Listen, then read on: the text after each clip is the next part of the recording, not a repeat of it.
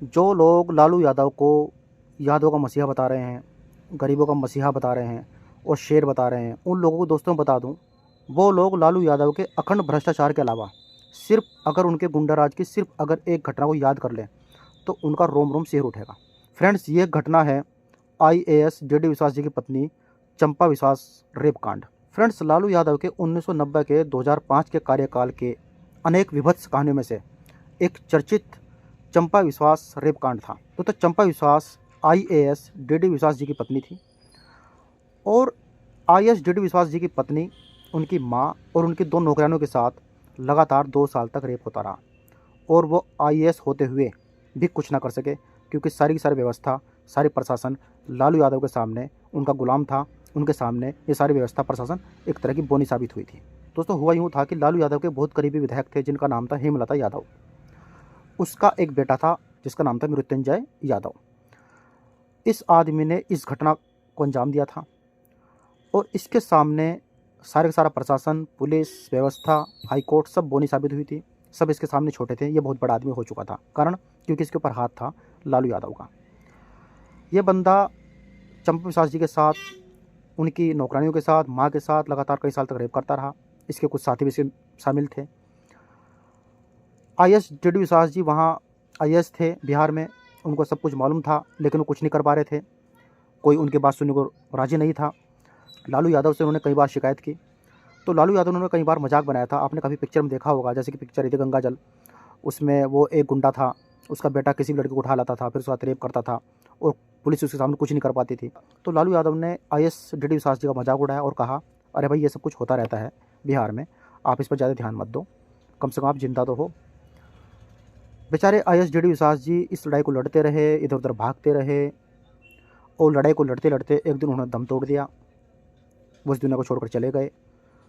आज भी इनका पूरा परिवार बिहार छोड़कर कहीं दूसरे राज्यों में रह रहा है, गुमनामी का जीवन जी रहा है, अपने आप को छिपाते हुए रह रहा है, क्योंकि आज भी कहीं ना कहीं लालू यादव के गुंडे इसके पीछे पड़े हुए हैं। तो इसलिए मैं उन लोगों से कहना चाहता हूँ कि जो लोग लालू यादव को, उसके बेटे को शेर बता रहे हैं, आप सभी लोगों को बता दूँ कि ये एक नंबर के भ्रष्टाचारी हैं और इन लोगों ने बिहार का बेड़ा गर्क किया है। आप लोग इनको शेर बता रहे हो, आप लोगों के दम पर तो ये लोग कूदते हैं। ये बंदा करीब, लालू यादव और उसकी पत्नी राबड़ी देवी, करीब 15 से 20 साल बिहार के मुख्यमंत्री रहे। इन लोगों ने बिहार के लिए क्या किया आज तक, आप मुझे बताओ। जंगल राज, भ्रष्टाचार, एक कंपनी वहाँ पर टिकी, गुंडा राज, ब्लैकमेलिंग, रेप, फिरौती, रंगदारी, ये सब कुछ होता रहा और उसके बाद भी आप लोग ने ये वोट देते हो। लेकिन इसके कुकर्म को कोई नहीं जानता। आज इसका बेटा तेजस्वी यादव शेर बन रहा है, ये खुले मीडिया को धमकी दे रहा है। अभी ईडी ने इसको बुलाया अपने दफ्तर, वहाँ से 7-8 घंटे पूछताछ की। जब ये बाहर निकला तो उसने विक्ट्री साइन किया, ऐसे विक्ट्री साइन किया और ऐसे ऐसे गोल गोल करके उसने घुमाया। ये समझ रहा है कि जैसे वर्ल्ड कप जीत के आया हो, जैसे बॉर्डर पर लड़ाई लड़के आया हो। अब एक बिहार के पढ़े लिखे लोग सबसे ज़्यादा बिहार से आईएएस आईपीएस बनते हैं, उसके बाद तुम लोग इन जैसे बंदों को सैल्यूट मारते हो, इन्हें तुम लोग मुख्यमंत्री बनाते हो। तो इन लोगों की गलती नहीं है, इन्हें पता नहीं कि हमारे सामने मूर्खों की भीड़ हमारे पीछे खड़ी है, वो सब लोग हमें सपोर्ट करते हैं। और अगर हमारे पास आदमी खड़े रहेंगे, हमें इन लोगों का सपोर्ट मिलता रहेगा, तो कोई हमारा कुछ नहीं बिगाड़ सकता। और यही हो रहा है। बड़े बड़े लोग दावे करके आते हैं कि हम भ्रष्टाचार मिटा देंगे, गरीबी मिटा देंगे, करप्शन मिटा देंगे, दंगा फसाद नहीं होगा। केजरीवाल का एग्जाम्पल ले लो आप। केजरीवाल के पीछे पूरी दिल्ली लग चुकी थी कि यार इससे बड़ा ईमानदार, इससे बड़ा कट्टर ईमानदार पूरी पृथ्वी पर नहीं है। पर इसने क्या किया, इसने पूरी दिल्ली खा ली। मनीष सिसोदिया, संजय सिंह सब जेल में हैं, किसी को बेल नहीं मिल रही। कितना तगड़ा घोटाला इसने किया, कितना तगड़ा, बल्कि मैं कहूँगा इसके ऊपर तो देशद्रोह केस चलना चाहिए। इस बंदे ने कोरोना काल के पीक टाइम पर इसने ठेके खोल दिए, वहाँ पर लाइन लग गई। लाइन लगने के बाद वहाँ पर क्या हुआ, कोरोना फैल चुका था। ये बंदा अपने आपको कहते हैं पढ़ा लिखा मुख्यमंत्री हूँ, मेरे से बड़ा कोई पढ़ा लिखा नहीं है, और उसके बाद कांड ऐसे करता है। अब इसका भी नंबर आने वाला है।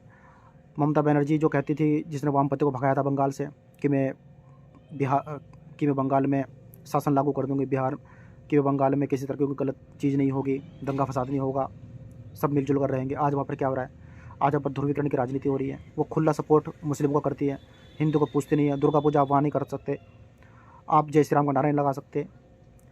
अखिलेश यादव को देख लो, आप लालू यादव को देख लो, ये लोग लालू यादव जी हैं, छोटे छोटे कमरों में रहा करते थे। आज इनके पास अरबों खरबों की संपत्ति है, कई हज़ार करोड़ की संपत्ति के मालिक है। कहाँ से इतना पैसा आया? लेकिन हम लोग तब भी नहीं वोट देते हैं कि कारण वो यादव है, तो भाई मैं भी यादव। अब भले ही चाहे वो किसी का मर्डर कर दे, कुछ भी कर दे, लेकिन इनको कोई फ़र्क नहीं पड़ने वाला, क्योंकि भाई यादव है। यही होता है। तो इन लोगों की जात को समझो और सोच समझ कर वोट दो।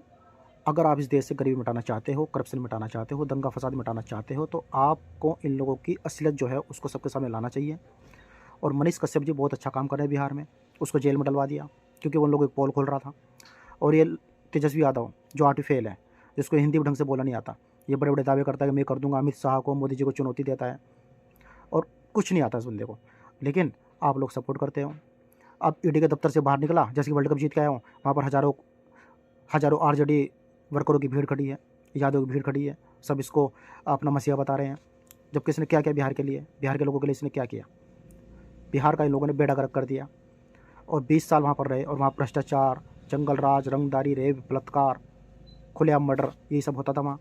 दोबारा आप इनके हाथ में सरकार दोगे, दोबारा यही होगा। तो इन लोगों की असलियत को पहचानो, ये लोग शेरवेर नहीं है, भ्रष्टाचारी हैं, क्रिमिनल हैं। इन लोगों को इनकी असली औकात दिखाओ, तब जाकर बिहार का भला होगा।